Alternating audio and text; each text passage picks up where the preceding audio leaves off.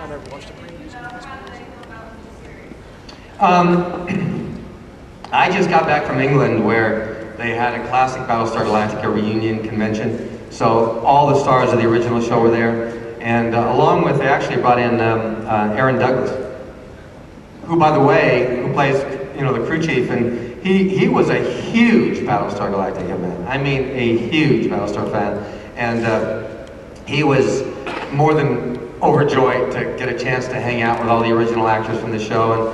And I think it was really nice to see everybody again. But I think there's a kind of a mixed feeling, you know. You have to understand something. I mean, it's only human. If you were part of an original show and they bring back that show, that, you know, you feel a little cheated, or you feel like, oh my God, they could have, if they'd done a continuation. And you have to understand that Tom DeSanto and Bryan Singer, who had done X-Men 1 and 2, produced and directed those, were going to do a continuation of Battlestar. That was already, they'd already built half the sets up in Vancouver. They were a month and a half away from filming, and that would have had all the original actors in it, including a new generation of actors, and it would have been about 35 years into the future. But unfortunately, at the last minute, Bryan Singer had to jump ship.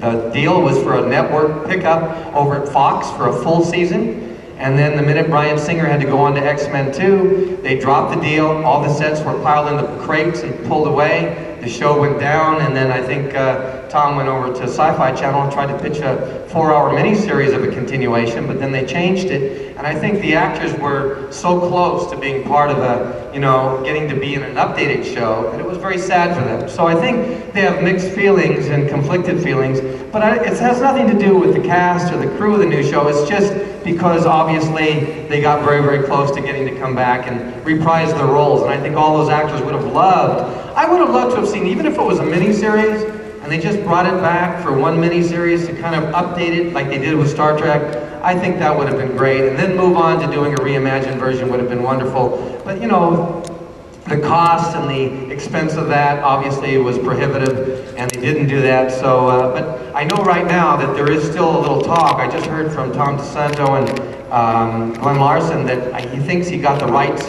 cleared up for the movie rights, and he might do either a movie of the original series, or he might even do an animated version, an animated movie, which is what Tom DeSanto had obviously pitched and got a green light on, but Universal nixed it because they didn't want to have any confusion between the two shows. But I mean, honestly, like Star Trek had Next Generation, Voyager, Deep Space Nine, they had all these shows, and they all could fit in that Star Trek universe. So I don't think one would take away from the other. I think, you know, this new show is so well established now. It's a wonderful produced, acted show.